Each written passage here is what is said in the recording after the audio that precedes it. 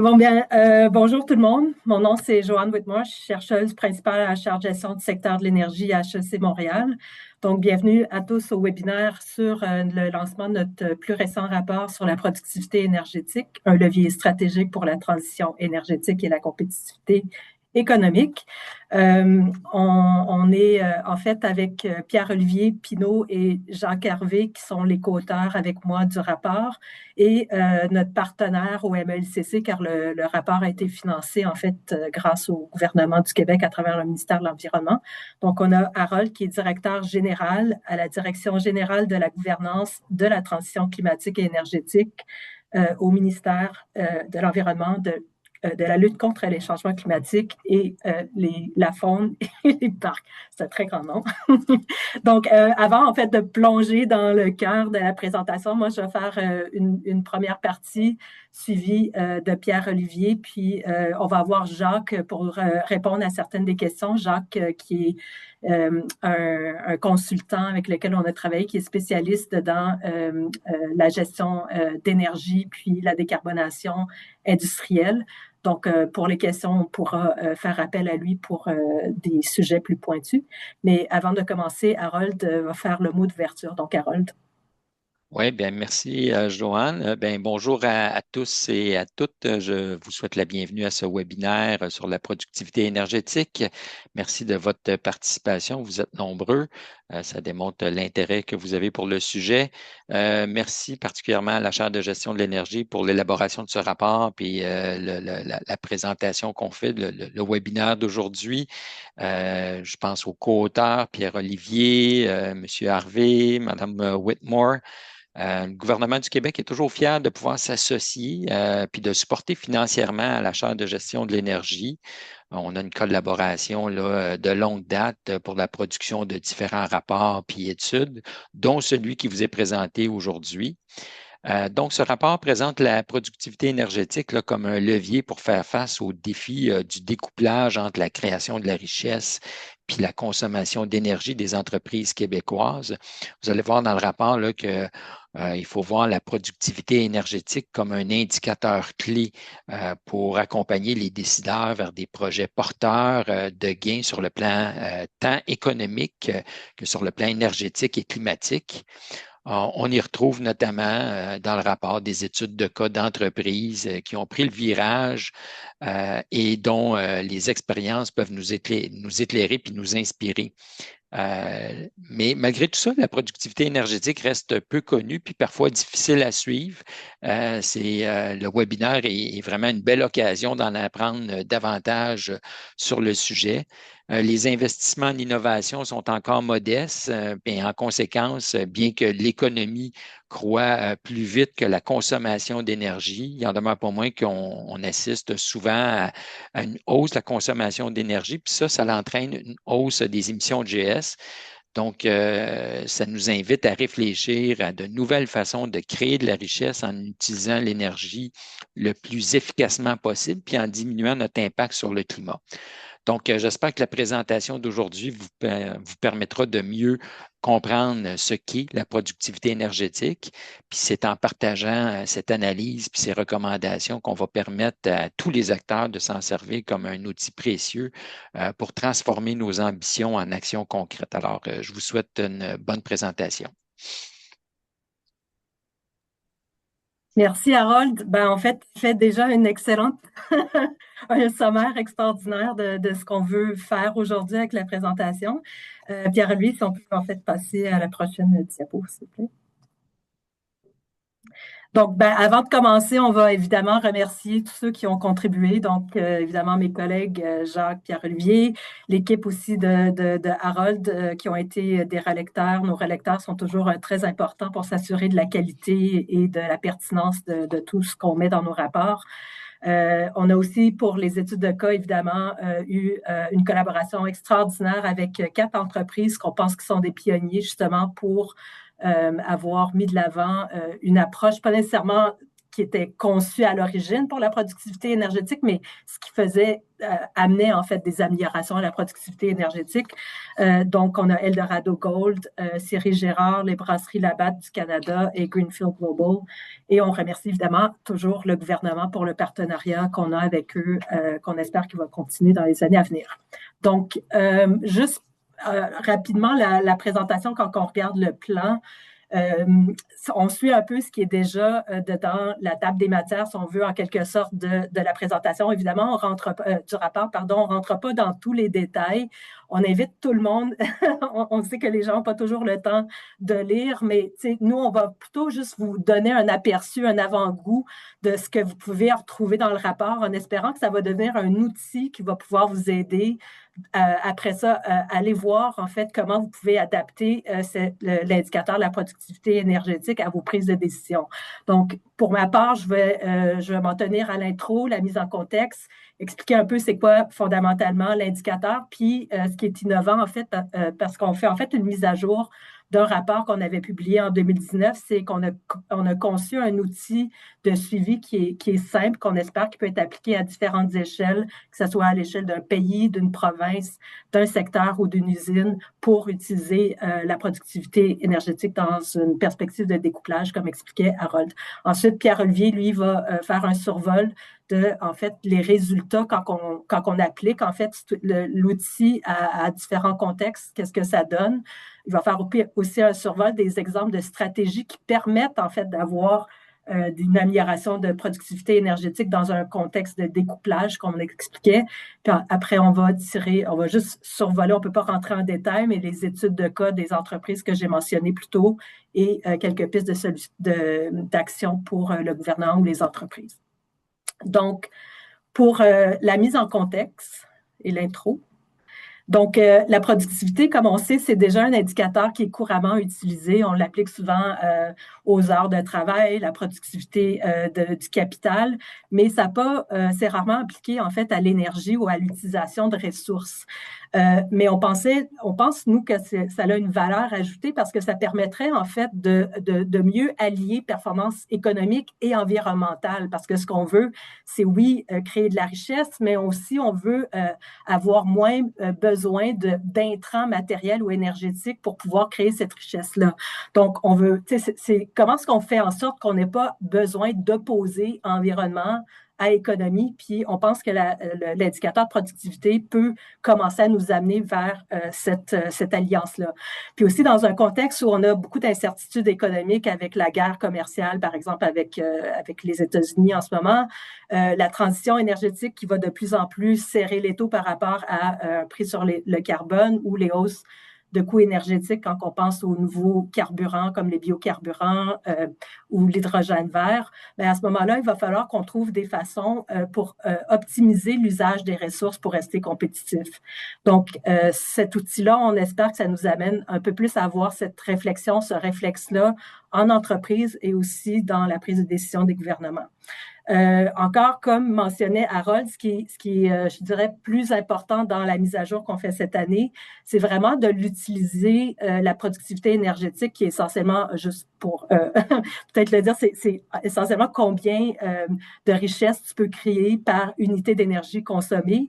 On pense que ça peut devenir un levier stratégique pour relever justement les défis que je mentionnais quand c'est appliqué dans une logique de découplage entre la création de richesse ou la production, si on veut, de valeur avec la consommation d'énergie. Puis on va voir dans l'outil comment que ça s'applique concrètement. Donc, notre étude, grosso modo, ça vulgarise le concept, ça présente l'outil qui est un outil simplifié visuel pour faire le suivi des indicateurs que je mentionne. Puis, on a des études de cas réels pour montrer comment ça peut s'appliquer à l'échelle d'une entreprise. Prochaine diapo, s'il vous plaît. Donc, pourquoi on a fait une mise à jour? Ben, je l'ai déjà expliqué, là, mais c'est qu'en 2019, le concept, on le lançait. C'était quelque chose qui intéressait. Puis on a vu, en fait, que depuis qu'on a lancé en 2019 notre rapport, il y a eu beaucoup d'intérêt chez des acteurs clés, dont le gouvernement, mais aussi à la FCCQ, la Fédération de la Chambre de commerce du Québec, il y a Investissement Québec qui a lancé aussi un programme Grand V pour la productivité durable qui comprend, entre autres, la productivité énergétique. Il y a Québec Net Positif qui, dans leur baromètre, qui fait le suivi d'indicateurs de transition puis de développement durable en entreprise, qui a aussi voulu intégrer la productivité énergétique. Donc, on s'est dit, fantastique, mais ce qu'on se rendait compte, c'était que chacun des acteurs avait souvent une différente façon d'interpréter ou définir la productivité énergétique. Donc, le but en 2025, avec le rapport qu'on fait, c'est de vraiment en arriver, on espère, à une compréhension qui peut être partagée par ces différents acteurs-là pour s'assurer qu'on travaille dans le même sens. Puis depuis, ben, il y a quand même eu des engagements, notamment à travers le PMO, donc le plan de mise en œuvre du plan d'économie verte, excusez beaucoup d'acronymes, où il y a un investissement de 1,7 milliard de dollars sur 5 ans qui vise à améliorer de 22 la productivité énergétique industrielle. Donc ça, c'est déjà dans le PMO. Puis en plus, il s'engage à éventuellement mettre en place un calendrier de divulgation de cet indicateur-là en entreprise, ce qui est extraordinaire si on arrive à le faire. La nouvelle édition aussi, ce qu'il y a de nouveau, c'est vraiment l'outil visuel du suivi de l'API. Puis on met une emphase pour s'assurer qu'on a une cohérence entre la performance environnementale et la transition énergétique pour minimiser l'effet rebond qu'on va expliquer un petit peu plus tard. Donc, le prochain slide. Donc, grosso modo, pourquoi est-ce que ça vaut la peine de faire ça? Ben, c'est d'utiliser cet indicateur-là. Comme on sait, au Québec, la consommation d'énergie dans le secteur industriel, commercial et institutionnel, ça représente déjà presque 69 ou 70 de la consommation totale et les émissions de gaz à effet de serre, quand on comprend les émissions énergétiques et les émissions qui ne sont pas, qui sont de sources comme l'agriculture ou bien les déchets. Tout ça, ça représente à peu près 71 des émissions. Donc, c'est des secteurs qui sont clés, sont importants pour l'économie, mais il faut vraiment trouver des solutions et on espère aussi des nouveaux indicateurs qui vont nous permettre de mieux cadrer ce secteur-là. Puis aussi, c'est surtout qu'au Québec, parce que, si on passe à la prochaine diapo, Pierre-Olivier, on a, ça c'est un graphique qu'on avait fait dans la première édition, mais qu'on a repris dans la deuxième. Il y a quand même à peu près, là, il y a des pertes qui sont inhérentes, il faut prendre ça de façon plus comme, disons, macro, là, mais il y a à peu près 50% des pertes énergétiques dans le secteur industriel.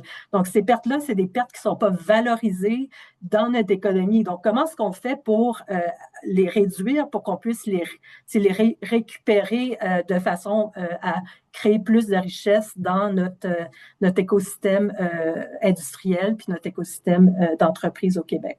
Donc, pour l'indicateur, concrètement, on va juste au moins pour que tout le monde soit sur la même page. Comme j'expliquais, c'est vraiment pas trop sorcier, là, la productivité énergétique, c'est de regarder c'est quoi la valeur produite par unité d'énergie qui est consommée. Donc, ça peut être du PIB par gigajoule, ça peut être à l'échelle d'un pays ou d'un secteur d'activité. On peut aussi, à des échelles pour les sous-secteurs industriels, mettons le ciment, l'aluminerie, etc., regarder dans ce cas-ci la valeur produite. Ça peut être des tonnes, des volumes, etc., pour ces sous-secteurs-là par gigajoule. Puis après, à une échelle d'usine, d'entreprise ou encore même d'un projet qu'on voudrait voir, ben, c'est un peu la même logique, mais encore, ça va être la valeur produite. Par exemple, on a le cas de la BAT, eux, ils font de la bière, donc c'est des hectolitres, combien que tu vas aller chercher en création de richesse d'hectolitres pour l'énergie que tu produis. Fait que ça, dans les études de cas, on explique un peu comment appliquer l'indicateur. Prochaine diapo. Ça reste quand même que c'est un indicateur qui est relatif, comme quand on parle, par exemple, de l'intensité carbone, de l'intensité énergétique. Tu peux avoir une meilleure intensité par, mettons, unité d'énergie, mais si à la fin, tu consommes toujours plus d'énergie, ça se peut que le bénéfice de la performance environnementale, qui, elle a des limites absolues, si on veut, va pas être là. Donc, c'est important que c'est pas, on fait pas juste suivre la productivité énergétique seule. Ça doit être suivi en lien avec d'autres indicateurs, dans ce cas-ci, pour s'assurer qu'il y ait comme cette perception de mieux cadrer la performance environnementale. Il faut le suivre pas juste avec la valeur ajoutée, mais aussi avec la consommation énergétique totale, soit d'un pays ou d'un secteur ou d'une usine. Donc, c'est pas garant comme tout seul, c'est pas garant parce que tu as une amélioration de ta productivité énergétique que tu vas avoir une réduction globale de la consommation. Donc, il faut vraiment suivre ces deux autres indicateurs ou trois autres indicateurs-là avec le GS dans le cas de l'énergie qui est de source fossile pour s'assurer un découplage. Donc, on va voir un peu plus loin qu'est-ce qu'on explique par ça. Essentiellement, le découplage qu'on veut, puis pour vraiment avoir le gain environnemental, ce qu'on veut, c'est minimiser l'effet rebond. On en avait parlé dans la première édition, mais peut-être que ce n'était pas assez ressorti ou peut-être qu'on n'avait pas, je pense que c'est peut-être pas assez bien compris par les acteurs. Donc, on espère que l'outil va permettre de mieux faire ce suivi-là. Mais l'effet rebond, c'est essentiellement un gain en efficacité qui est moindre à cause d'une consommation additionnelle qui peut être lié directement ou indirectement à un gain financier qui est lié à cette efficacité-là. Donc, par exemple, on utilise souvent l'exemple de la voiture. Tu as des voitures qu'avec des réglementations, etc., elles deviennent plus efficaces en termes de consommation d'essence, mais en revanche, avec les économies que tu as, ça te permet de conduire plus longtemps, fait qu'à la fin, ben, c'est comme tu consommes soit autant ou plus d'essence que c'est autrement. Fait que dans le fond, tu viens éroder tes gains. Donc, la raison pour laquelle il faut éviter, ou en tout cas trouver des façons à remédier l'effet rebond, c'est parce que ça affaiblit l'impact des mesures d'investissement puis des politiques en efficacité énergétique puis en GES. Essentiellement, ça l'étire la possibilité d'atteindre nos cibles parce qu'il faut aller toujours récupérer ces gains qu'on a érodés parce qu'on n'a pas tenu compte de ça. Donc, l'ampleur, elle peut varier selon les secteurs, les technologies. Dans le rapport, on explique là, un peu plus en détail qu'est-ce qui a des effets rebonds plus importants ou moins. Mais ça peut être aussi des fois un peu complexe à mesurer parce que ça peut se produire à différentes échelles. Mais en revanche, ça ne remet pas en cause la productivité énergétique. Il faut juste s'assurer d'avoir les éléments pour en faire le suivi puis le mitiger.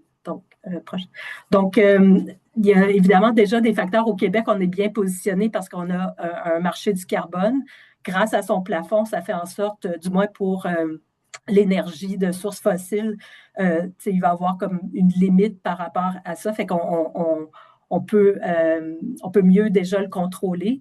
Mais en absence, en fait, d'un signal prix qui est suffisant, ben, il faut mettre en place d'autres mesures complémentaires pour essayer de mieux atténuer, si on veut, limiter l'effet. Fait qu'on peut avoir une tarification dynamique, la réglementation ciblée, de l'éco-conditionnalité qui vont accompagner les programmes ou les subventions qu'on va accorder. Donc, il y a des mesures, mais sinon, ce que nous, on propose avec l'outil dans notre étude, c'est justement de faire un suivi dans une certaine logique qu'on va montrer après cette slide-là, qui est un découplage absolu entre la création de richesse et la consommation énergétique. Pierre-Louis, prochaine. Donc, l'outil de suivi de découplage, ça permet en fait de s'assurer que même si ta productivité énergétique, elle augmente, c'est ce qu'on veut de façon globale, on va pouvoir faire un suivi de la forme du découplage pour s'assurer qu'il va toujours aller dans un sens amoindrir le risque de l'effet rebond. Il va maximiser les retombées économiques, mais aussi maximiser les retombées de la transition énergétique. Donc, on a développé 6 scénarios. C'est très, très simplifié, très visuel. On ne prétend pas là, d'avoir fait une grosse équation avec toutes sortes d'études détaillées économiques en arrière. Mais en fait, ça donne au moins de façon, même si tu n'es pas un économiste ou tu n'es pas tu n'as pas besoin d'être spécialiste pour comprendre la tendance générale que tu dois suivre pour t'assurer qu'on est dans une bonne direction. Puis, ça s'applique à plusieurs échelles, comme on expliquait, donc à un projet, usine, secteur industriel, région, province. Donc, c'est ça la beauté, c'est que c'est simple, c'est pas tranchant, parfait, mais ça permet au moins de faire un suivi intuitif pour s'assurer qu'on est dans la bonne direction selon les 3 critères que j'ai mentionnés. Concrètement, la prochaine diapo. Pierre-Olivier. Je ne rentrais pas dans tous les détails, mais dans le rapport, on a justement, ça ressemble à ça, notre outil. C'est une grille qui explique de façon très générale qu'est-ce qu'il faut rechercher pour viser les effets les plus positifs pour avoir à la fois une performance environnementale et une performance économique. Donc, le découplage absolu qu'on voit en haut, ça, c'est la situation idéale. Ça ne veut pas dire qu'on peut toujours trouver ça. En fait, Pierre-Olivier, quand il va présenter, on va voir que le plus souvent, on est plutôt dans des situations de découplage relatif, c'est-à-dire qu'on n'a pas un écart absolu par rapport à notre... ici, la ligne rouge, juste pour que vous sachiez, c'est la consommation d'énergie. La ligne pointillée, ça, c'est la production de la valeur produite, pardon, puis la ligne noire pleine, ça, c'est la productivité énergétique. Donc, ce que tu veux, c'est oui, ta productivité énergétique qui augmente, mais tu veux que ta ligne rouge, donc de consommation d'énergie, soit sous le niveau de ton année de référence, idéalement. Je veux dire, donc, on va voir qu'est-ce qui peut, dans la section de Pierre-Olivier, qu'est-ce qui peut affecter ça. Donc, on va juste pour l'instant, pour la prochaine diapo, montrer les deux premiers cas, juste parce qu'on peut mieux les voir, là, mais c'est souvent plus ces cas-là qu'on va voir, sauf que dans le cas des entreprises, là, ça peut être un peu plus complexe, mais juste de façon plus globale. Un découplage absolu, ce qu'on voit, c'est que tu as vraiment ta productivité énergétique qui augmente, mais tu as aussi ta valeur produite, puis ta consommation d'énergie, elle, est sous ton temps de référence. Donc, c'est à ce moment-là que tu as la possibilité d'avoir moins de risques, si on veut, d'effets rebonds. Tu as des retombées économiques qui sont positives, puis tu as des meilleures retombées aussi pour la transition. Donc, si au Québec, par exemple, on a une cible de 21 TWh avec Hydro-Québec pour réduire notre consommation, bien, il faudrait qu'on ait le plus possible la possibilité d'être dans ce type de découplage absolu-là. Plus souvent, on est plus dans un découplage relatif, c'est-à-dire que ta consommation, elle augmente, mais moins rapidement que ta valeur produite et ta productivité énergétique. Mais d'un point de vue environnemental, c'est pas là que tu vas avoir les meilleures retombées pour la transition. Donc, c'est pas 100% qu'on va nécessairement avoir un effet rebond, mais il y a plus de probabilité d'en avoir. Donc, prochaine slide. Donc, pour ma dernière slide, après ça, ça va être Pierre-Olivier. Donc, le découplage absolu, ça va être pas facile à atteindre parce que ça demande quand même qu'on utilise des stratégies que Pierre-Olivier va présenter tout à l'heure, qui sont plus innovantes, qui sont peut-être plus poussées. On peut aller comme dans, oui, l'électrotechnologie, des technologies de pointe, de l'économie circulaire qui n'est pas juste à l'échelle d'une usine, mais qui commence à être plus élargie. Mais c'est vraiment ça, c'est en revoyant aussi les modèles d'affaires, l'éco-conception, qu'on commence en fait à avoir une amélioration sur les 3 critères qu'on a proposés pour nos scénarios. C'est aussi le scénario qui permet de mieux contenir l'effet rebond, puis les activités économiques à l'intérieur des limites biophysiques, en fait, qui sont établies par la science, parce que ultimement, c'est ça qu'on veut faire quand on parle de développement durable. Ce qu'on enseigne encore souvent trop, malheureusement, c'est si on voit le graphique en bas, les 3 cercles, puis le développement durable, il se trouve dans l'intersection, ces 3 cercles entre l'économie, la société, l'environnement. Mais la transition qu'on va devoir faire, si on veut vraiment être cohérent avec ce que la science nous met de l'avant pour éviter le pire des changements climatiques ou des crises écologiques, c'est d'avoir des modèles d'économie qui s'inscrivent à l'intérieur de les limites biophysiques. Donc, ce serait plus le deuxième modèle vers lequel, puis on pense que l'indicateur de la productivité énergétique c'est pas une panacée, mais elle tente de nous inscrire davantage là-dedans. Donc, merci, puis Pierre-Olivier, je te passe la parole. Merci beaucoup, Johan.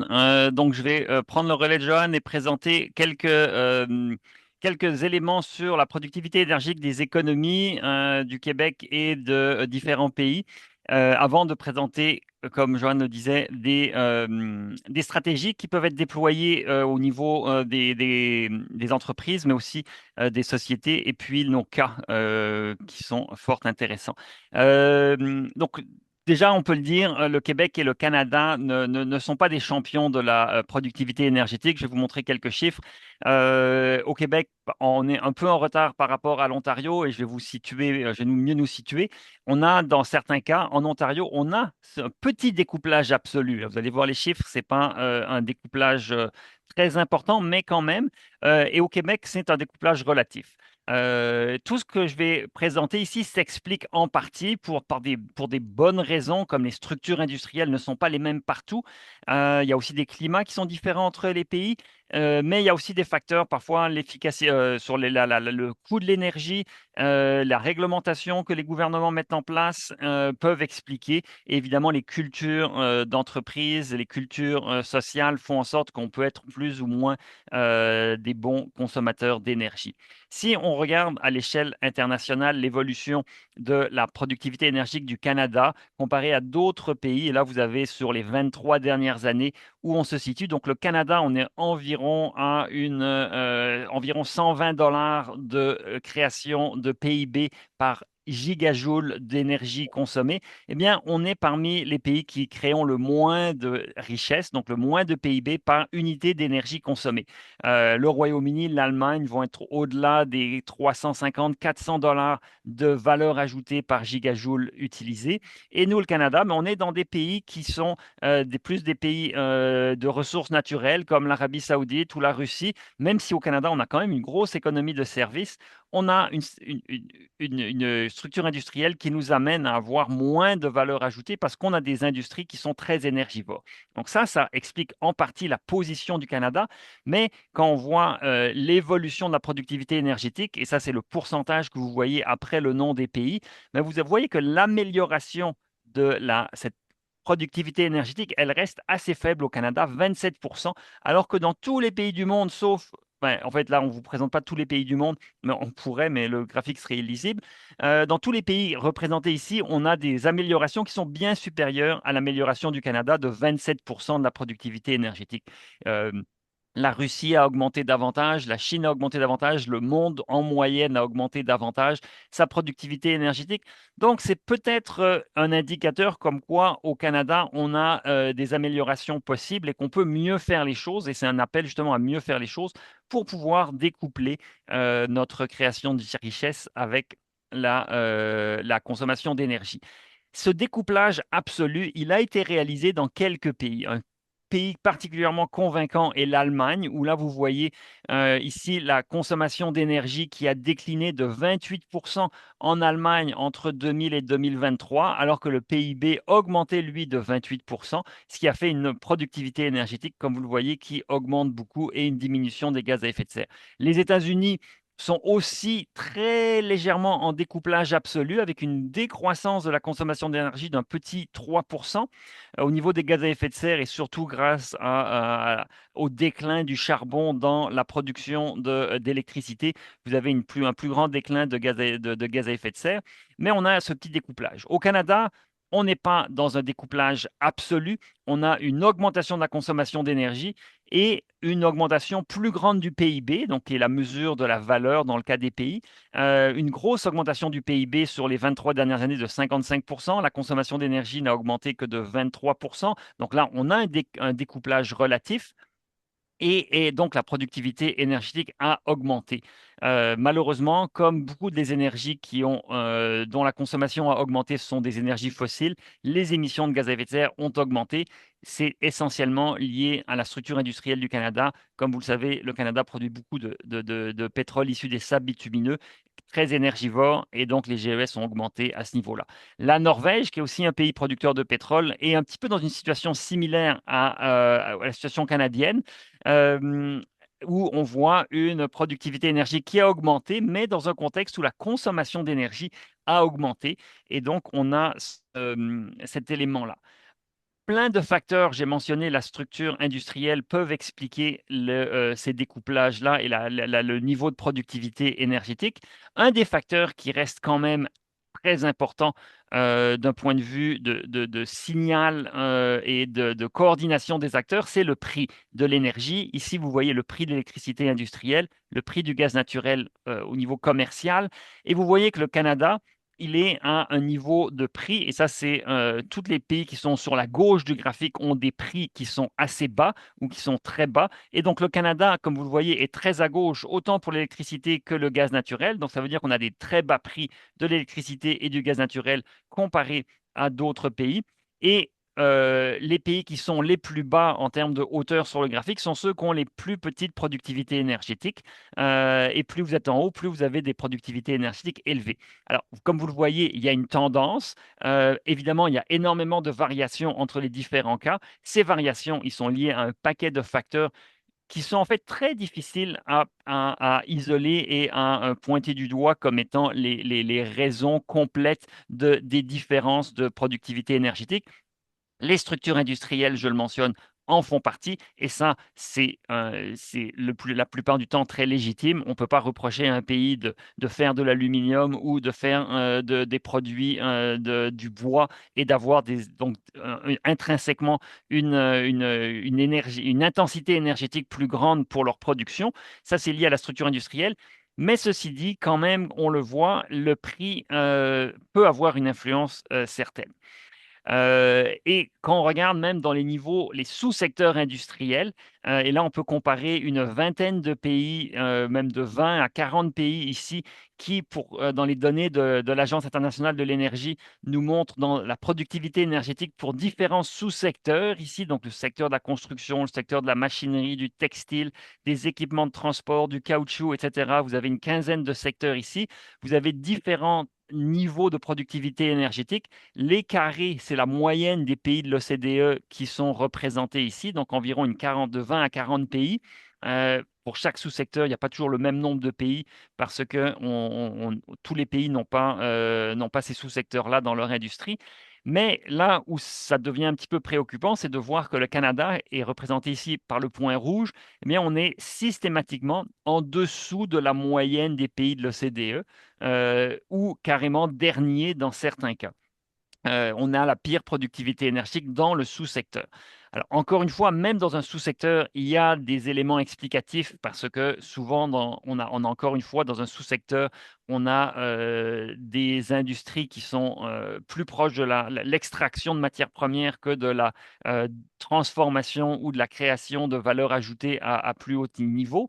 Donc, il y a encore une fois des explications, mais il faut se poser la question, est-ce que le Canada, on veut rester dans ce niveau de faible création de richesse pour chaque dollar, chaque unité d'énergie consommée, ou est-ce qu'on veut monter? Mais je pense que tout le monde veut s'améliorer et donc on a probablement de la place à l'amélioration. Si on regarde à l'intérieur du Canada où se situe le Québec, eh bien, on s'aperçoit que le Québec est pas mal au niveau de la moyenne canadienne. En fait, vous voyez, la ligne québécoise, c'est celle en bleu marin ici, qui rejoint pas mal la moyenne canadienne ici mais on est quand même en deçà de l'Ontario, de la Colombie-Britannique, de la Nouvelle-Écosse, d'autres pays, d'autres provinces de l'Atlantique. Et on peut le consoler bien au-dessus de l'Alberta et de la Saskatchewan, qui sont en fait au Canada les provinces où on a les plus grosses consommations d'énergie par habitant, essentiellement liées à leur structure industrielle très axée, comme je l'ai déjà dit, sur les sables bitumineux en Alberta, mais sur énormément de secteurs de ressources naturelles dans le cas de la Saskatchewan. Et dans le cas de ces deux provinces-là, leur économie, ces 23 dernières années, s'est détériorée en matière de productivité énergétique, c'est-à-dire qu'ils ont besoin de plus d'énergie proportionnellement que ce qu'ils ont ce qu'ils produisent comme richesse. Et on peut le voir ici dans le cas de l'Alberta. Donc, je vais commencer par cette province-là parce qu'on a un réel cas de découplage négatif. Donc, exactement le contraire de ce qu'on voudrait observer. Oui, on a une augmentation de la richesse en Alberta de 70%, mais la consommation d'énergie a augmenté plus que proportionnellement à l'augmentation de la richesse en Alberta. Évidemment, c'est lié en grande partie à leur structure industrielle, mais si vous regardez la consommation d'énergie en Alberta dans les autres secteurs, secteur du transport, secteur commercial, résidentiel, ouais, chose qu'on ne va pas faire aujourd'hui, mais pour l'avoir regardé, je peux vous dire que les Albertains ne sont pas des modèles de consommateurs d'énergie dans ces autres secteurs qui ne sont pas liés à l'industrie. Dans le secteur résidentiel, commercial et du transport, ils consomment énormément d'énergie et ce découplage que l'on souhaite pour atteindre et respecter les limites planétaires environnementales, ce découplage absolu que l'on souhaite, ben, on en est très loin en Alberta. On en est un peu plus proche au Québec, mais on a quand même un découplage relatif. on s'aperçoit que la consommation d'énergie au Québec, elle a augmenté moins vite que le PIB. Il a augmenté de 50% le produit intérieur brut du Québec entre 2000 et 2023. Et ça, c'est en termes réels. Donc, c'est ajusté pour l'inflation, ce qui montre quand même, on est depuis les 25 dernières années, une société qui s'enrichit. Et notre consommation d'énergie n'a pas augmenté aussi vite que notre richesse, mais on a quand même consommé plus d'énergie. En partie, c'est plus d'énergie électrique, donc non émettrice, dans le cas du Québec, non émettrice de gaz à effet de serre, ce qui permet donc d'avoir une réduction des émissions de gaz à effet de serre, parce on consomme beaucoup d'énergie renouvelable. Mais même dans le cas du Québec, même si on ne parle pas seulement de GES, cette pression sur la consommation d'électricité, elle se fait sentir sur Hydro-Québec, sur les projets de développement d'infrastructures.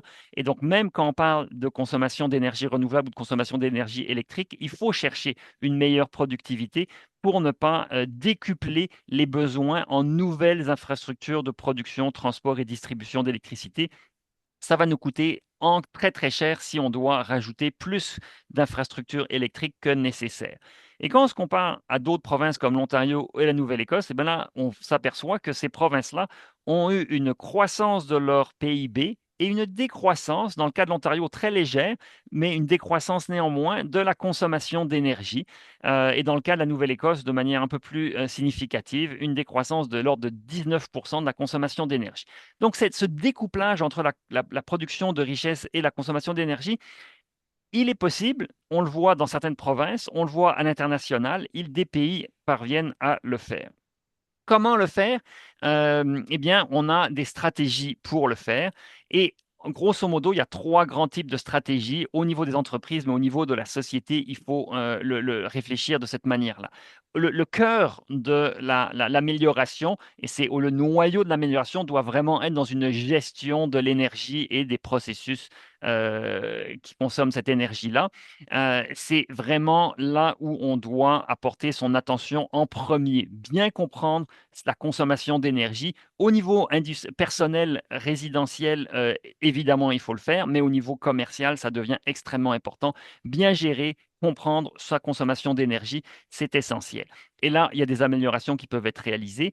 Après, on peut amener des nouvelles technologies, faire des investissements dans des nouvelles technologies, et ça, c'est ce que l'on peut faire. Et ultimement, à un niveau plus macro, il faut faire des refontes de nos écosystèmes et de faire une nouvelle écologie industrielle pour pouvoir amener davantage d'économie circulaire, valoriser les déchets, les déchets thermiques, les résidus thermiques que Johan a mentionné là en parlant des secteurs industriels.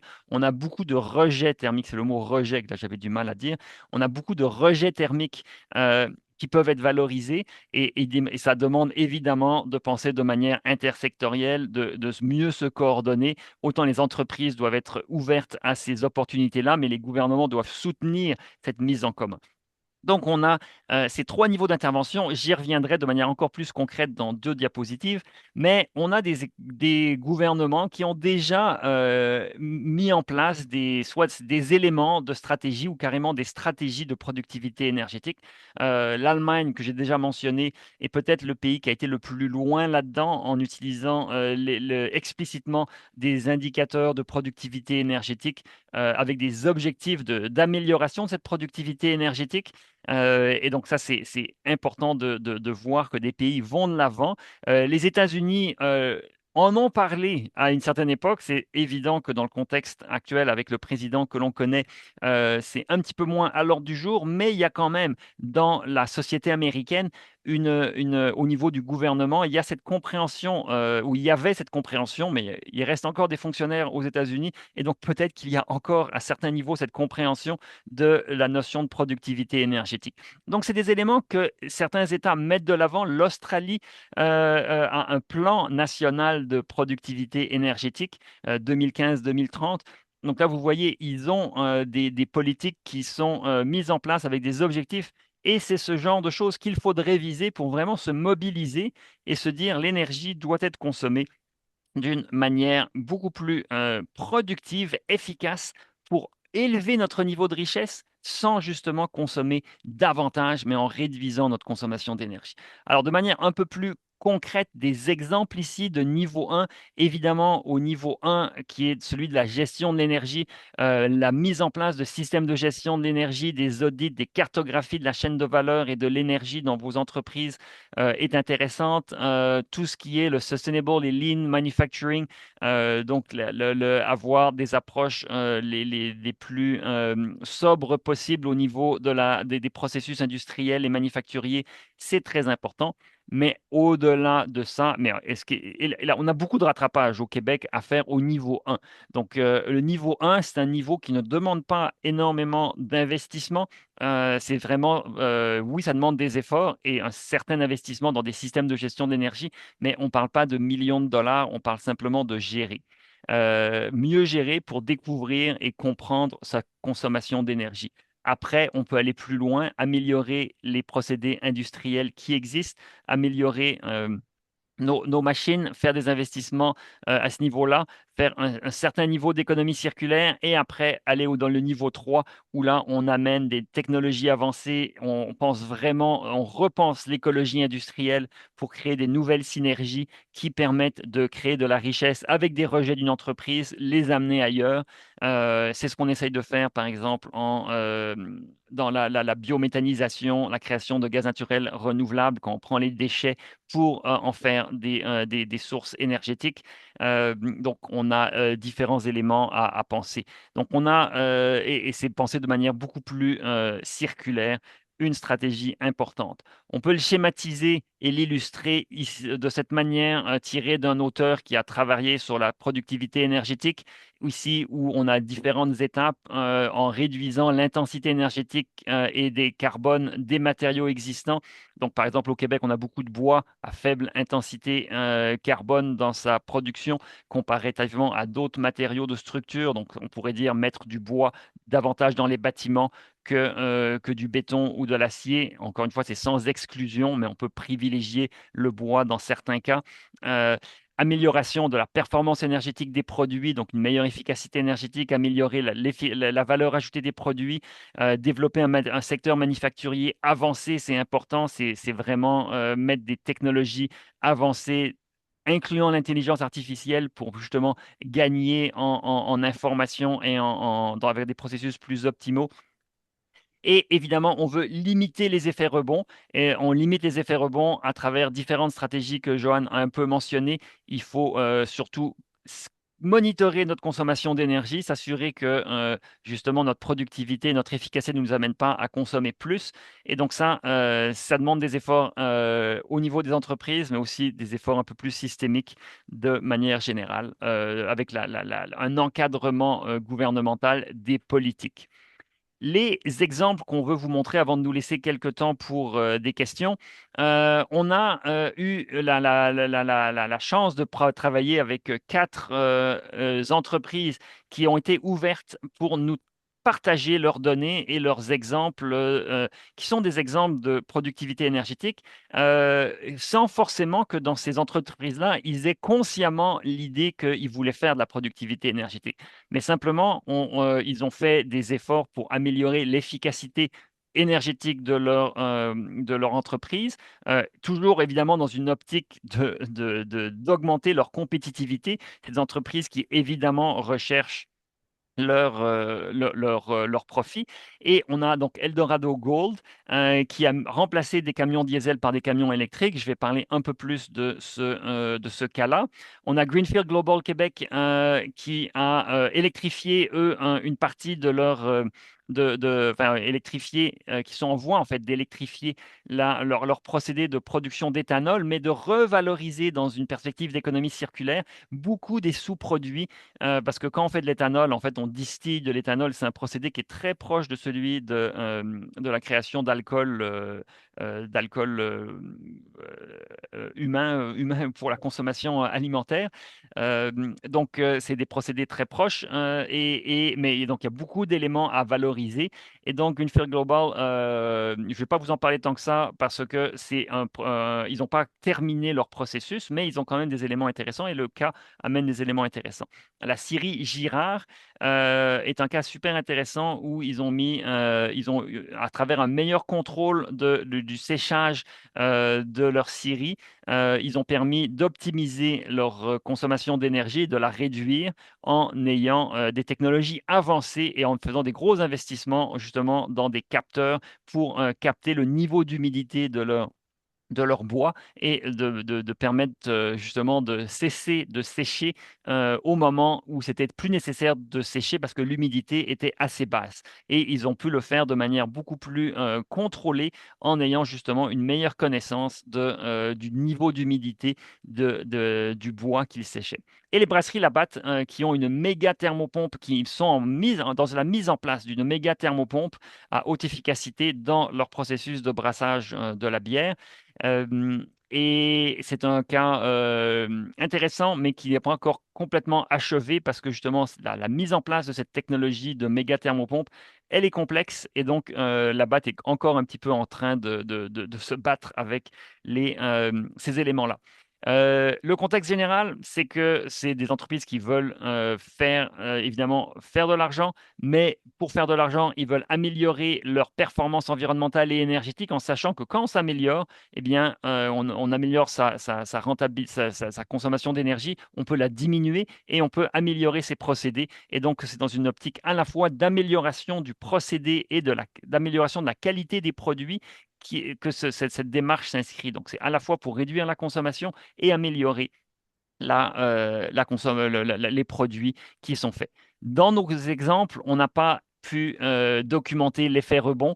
Donc ça va être quelque chose qui est toujours à regarder au niveau de la consommation de l'énergie.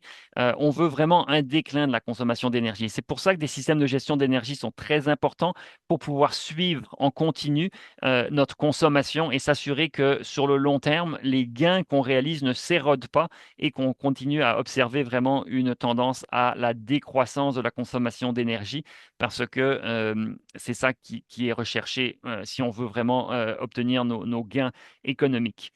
Euh, Eldorado Gold, simplement quelques détails de plus, parce que comme vous voyez, il y a beaucoup de détails sur cette diapositive. Je ne vais pas passer à travers si on veut garder un peu de temps pour les questions.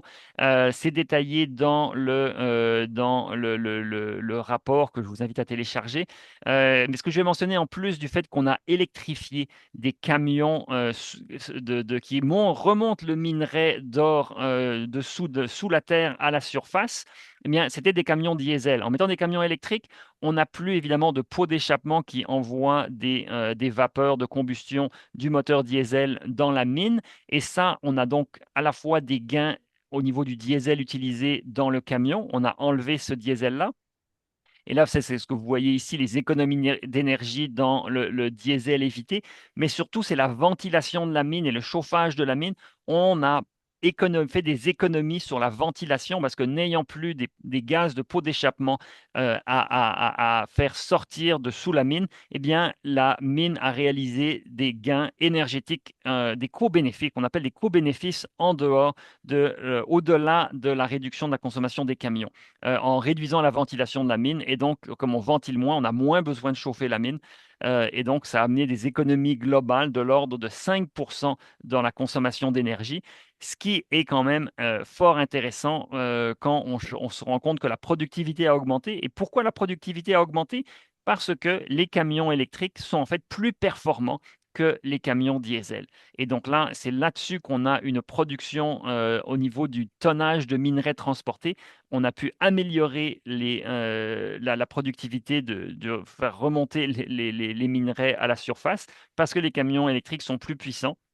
Et donc, ça améliore la vitesse pour remonter le minerai. Et donc là, on est dans un exemple quasi parfait parce qu'évidemment, ces camions électriques, comme vous pouvez vous en douter, ils sont nouveaux et donc il y a des enjeux de rodage et d'adaptation qui sont à prendre en compte, mais les résultats sont extrêmement positifs.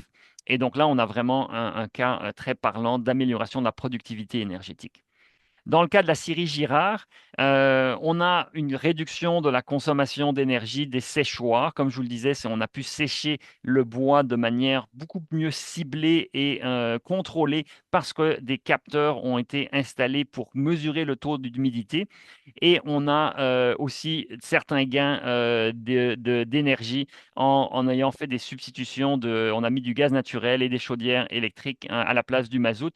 Donc, donc, on a différents éléments qui ont fait gagner en productivité énergétique et en productivité des séchoirs. Comme on a moins besoin de sécher longtemps, eh bien, parce qu'on contrôle mieux tout le processus de séchage, eh bien, on peut faire tourner et utiliser les séchoirs davantage dans une journée parce que le temps de séchage a diminué parce qu'il était mieux contrôlé. Donc, c'est un deuxième exemple où on a des gains.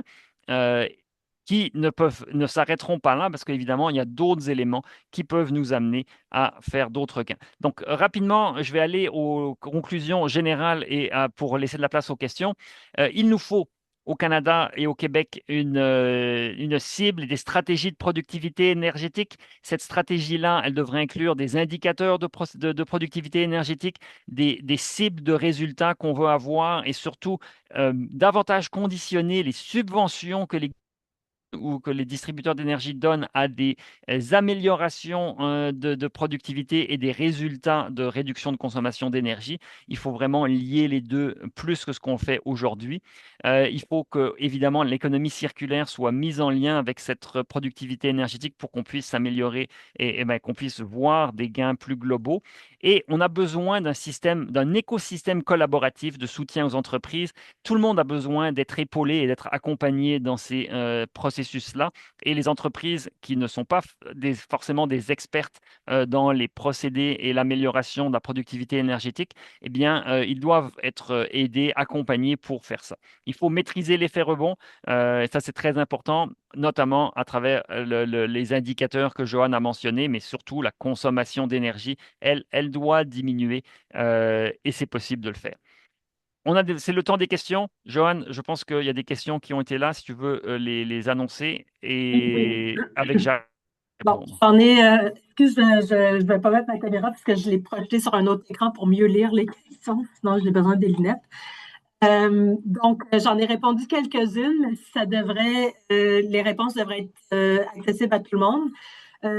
Celle que j'ai gardée pour nous, c'est selon vous, quel genre de découplage absolu ou relatif pourrait-on observer, pardon, pour une compagnie produisant et vendant des énergies propres comme l'énergie solaire et éolienne et pourquoi?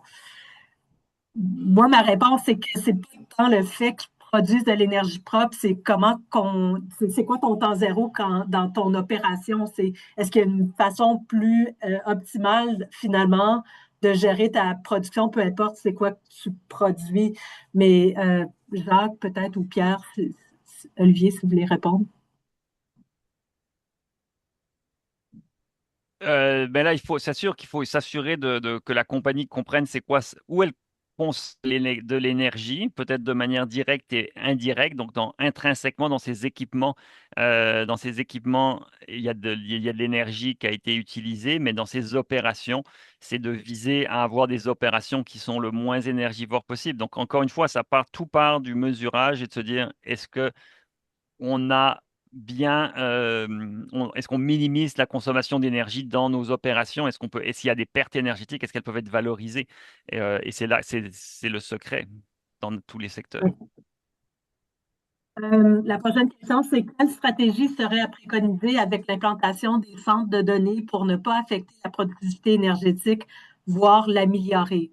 Donc, je ne sais pas si dans ce cas-ci, on parle de la productivité énergétique du Québec ou d'une région, mais je veux dire, il y a déjà des approches aux centres de données pour pouvoir récupérer, parce que les centres de données, souvent, dégagent beaucoup de chaleur. Donc, ça serait de valoriser finalement les rejets pour les utiliser dans des serres ou pour chauffer des bâtiments, etc. Je pense que ça se fait déjà au Québec en partie, mais je ne sais pas, Pierre-Olivier, Jacques, avez-vous d'autres? En fait, faut tenir compte aussi de la valeur des données. La valeur des données par rapport à l'énergie qu'on consomme. Alors, on peut diminuer l'énergie consommée. euh, je dirais, en partageant les, je dirais, les rejets thermiques pour chauffer les bâtiments. Euh, mais on peut aussi avoir une plus grande valeur au niveau des données. Alors, pour améliorer le découplage. Donc, on s'entend que des données qui servent, je sais pas moi, à, à la loterie par rapport à des données qui servent à améliorer la santé, ça n'a pas la même valeur. Donc, faut considérer aussi la valeur de ce qu'on produit. Et peut-être Il pour... nous reste juste. Ah, je veux juste Non, dire mais qu'il nous reste 5 minutes, mais vas-y, Pierre-Olivier. Mais c'est parce que comme on parle beaucoup de centres de données et qu'on a besoin de ces serveurs-là, mais sachant qu'il y a énormément de rejets thermiques et que le gouvernement du Québec actuellement veut mettre de l'avant ces centres de données, c'est important justement de revaloriser cette chaleur-là le maximum et d'avoir une optique d'économie circulaire parce que tu l'as dit, Johan, mais je veux juste insister parce que c'est peut-être la meilleure manière au-delà. Et évidemment, ce que Jacques dit là sur la valeur des données, mais de façon pratico-pratique, là, il faut que cette chaleur-là soit valorisée. Euh, la prochaine question, c'est ça. Il reste 4 minutes, donc on va essayer de donner des réponses courtes. Cela fait-il du sens de comparer des pays à population dense, faible distance de transport, infrastructures multiples et variées, historique d'industrialisation avec le Canada? Bon, c'est un peu. Vas-y, Pierre-Olivier. Oui, moi je pense que ça vaut toujours la peine de se comparer aux autres. Évidemment, il faut comprendre que chacun a des circonstances différentes, mais si on ne se compare jamais, eh bien, on ne pourra jamais savoir où on se situe. Alors, encore une fois, ce n'est pas dans une optique de pointer du doigt et dire que quelqu'un est moins bon ou est meilleur, mais se comparer nous amène quand même à chercher les raisons et à se dire, bon, mais il y a des raisons pour lesquelles on est moins bon et d'autres raisons peut-être qui sont pas des bonnes raisons et de s'améliorer. Mais la comparaison, à mon avis, elle est très utile et très pertinente, en sachant qu'il y a des limites. Il y a une copie qui dit, je ne sais pas si ça compte dans la définition de l'effet rebond, mais dans le cas de producteurs ayant accès à des blocs d'énergie, il n'y a jamais de vraie baisse de consommation finale car tout gain d'énergie sert à produire plus, exemple, produire plus d'aluminium. Effectivement, c'est une stratégie à adopter, c'est-à-dire le gouvernement peut contraindre ses grands producteurs à consommer moins d'énergie ou il peut aussi euh, favoriser une initiative où, à partir des projets d'efficacité énergétique, les énergies disponibles sont réinvesties pour produire davantage. Donc, c'est un effet de rebond. Ça dépend de la valeur reliée, en fait, à ce rebond-là. Est-ce il est souhaitable pour le Québec ou pas? Alors, ça, c'est des décisions à prendre.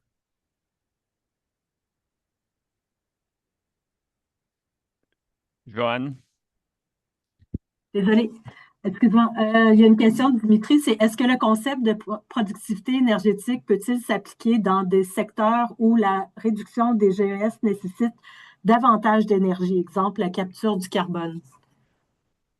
Ben, dans tous les secteurs où la productivité énergétique peut s'appliquer, c'est certain que pour le captage du carbone, on va avoir un certain, pour capter 1 tonne de carbone, aujourd'hui, ça demande beaucoup d'énergie.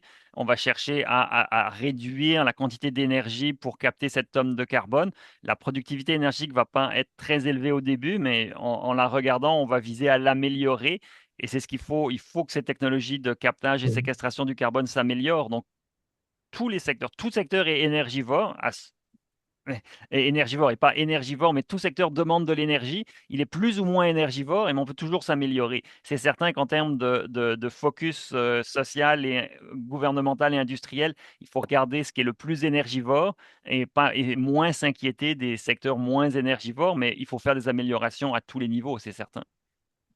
Bon, je vais prendre deux autres questions, puis après, on va terminer. Juste pour que vous sachiez, le rapport et sous peu, l'enregistrement du webinaire et la présentation PowerPoint vont être sur la page dont vous voyez le lien actuellement. Donc, vous n'avez pas besoin de nous écrire, tout va être disponible. Donc, prochaine question. Connaissez-vous le potentiel de diminution de consommation d'énergie annuelle au Québec si nous avions la même productivité énergétique que la moyenne de l'OCDE? Je pense que la réponse est non, mais Olivier. Non, on n'a pas été à faire des analyses à ce niveau-là. C'est des analyses difficiles parce que, encore une fois, on ne peut pas changer la structure industrielle directement. Donc, on pourrait dire on veut doubler notre productivité énergétique, mais on ne peut pas le faire comme ça. C'est vraiment du cas par cas, entreprise par entreprise. C'est certain. Par contre, il y a des éléments qui plombent notre productivité énergétique au Canada. C'est en ce qui concerne notre consommation dans le transport. On dépense beaucoup d'énergie dans des systèmes de transport qui n'amènent pas vraiment de valeur ajoutée parce qu'on a des véhicules qui sont surdimensionnés pour nos besoins. En Europe, ils ont un avantage. Donc, quand on regarde les pays et les chiffres que j'ai commentés sur les pays, c'est certain que la part du transport vient plomber la productivité énergétique du Canada parce qu'on a des systèmes de transport beaucoup plus énergivores qu'en Europe. Et ça vient à l'échelle du pays plomber notre productivité énergétique. Des excellentes questions. Je suis quasiment triste de devoir terminer avec une dernière. Mais il y a des gens qui nous demandent si on a c'est quoi l'impact chiffré de l'optimisation, etc. On n'a pas fait ce genre d'analyse. On espère justement que le travail qu'on a fait va être un premier pilier qui va inspirer soit d'autres chercheurs, d'autres consultants, le gouvernement, etc., pour aller plus loin. Et c'est sûr qu'ici, dans le rapport, on présentait le concept avec comment l'appliquer, puis après ça, on espère que d'autres vont le prendre. Une dernière question de Jean-Pierre Finet. Est-ce que l'imposition d'une certification telle que ISO 50001 favorisant la mise en œuvre de systèmes de gestion de l'énergie relève des distributeurs d'énergie ou plutôt des gouvernements? Pierre-Olivier ou Jean? Moi, je dirais que en principe, ça relève des gouvernements. Maintenant, si les gouvernements tardent à agir pour différentes raisons, je pense que c'est acceptable qu'un distributeur aille de l'avant pour favoriser cela, parce qu'il faut que tout le monde se mette à agir. Je pense que sur les systèmes de gestion de l'énergie, il y a unanimité dans la littérature, en tout cas, que ça ne nuit jamais. Donc, il faut aller de l'avant, il faut qu'il y ait des pressions. C'est pas toujours facile d'avoir des règlements, de mettre des lois, d'avoir l'initiative gouvernementale pour le faire. Donc, si le distributeur le fait, je pense que c'est une bonne chose, même si c'est peut-être pas idéal. Juste une dernière bonne question, c'est Valérie Patreau qui demande, est-ce que les politiques publiques actuelles permettent de soutenir l'amélioration de la productivité énergétique au Québec et au Canada? Le SPED, est-ce qu'il est suffisant qu'ont fait les autres pays? Mais la réponse, c'est non, c'est juste, c'est un peu ça le but du rapport, mais le SPED, il n'est pas suffisant non plus parce que le signal prix, comme on montrait, il n'est pas suffisamment important. En plus, qu'on a des prix d'énergie qui sont très bas, mais on pense que justement le fait de l'exposer, ça peut faire en sorte qu'on peut le prendre en considération dans les politiques. Et Pierre-Olivier, tu as peut-être... Ou Jacques, le mot ou de la fin. Jacques, quelqu'un qui veut Peut-être, il y a quelque chose qu'on peut faire au Québec puis au Canada. Notre amélioration d'efficacité énergétique au Canada et au Québec, c'est 0,2% par année. C'est 1% aux États-Unis. C'est souvent 1,3, 1,4, 1,5% dans les pays européens. Et selon l'IEA, pour traverser sans encombre la transition énergétique, les pays devraient viser 3% par année. Alors, simplement se donner des bonnes politiques pour améliorer notre efficacité énergétique. Et vous savez, il y a de la marge de manœuvre dans nos usines, là. C'est incroyable. Mais il faut développer l'écosystème pour y arriver. Voilà le mot de la fin. On espère que vous allez lire notre rapport. Il est gratuit, donc une bonne lecture de chevet pendant le temps des fêtes. Merci à tous. Notre prochain lancement, c'est avec l'État de l'énergie au Québec qui va avoir lieu au mois de février. Donc, on espère que vous allez être des nôtres. Merci. Merci à tous. Merci à Au Rod et revoir. Jacques. Au revoir. Merci, Merci. ça fait plaisir.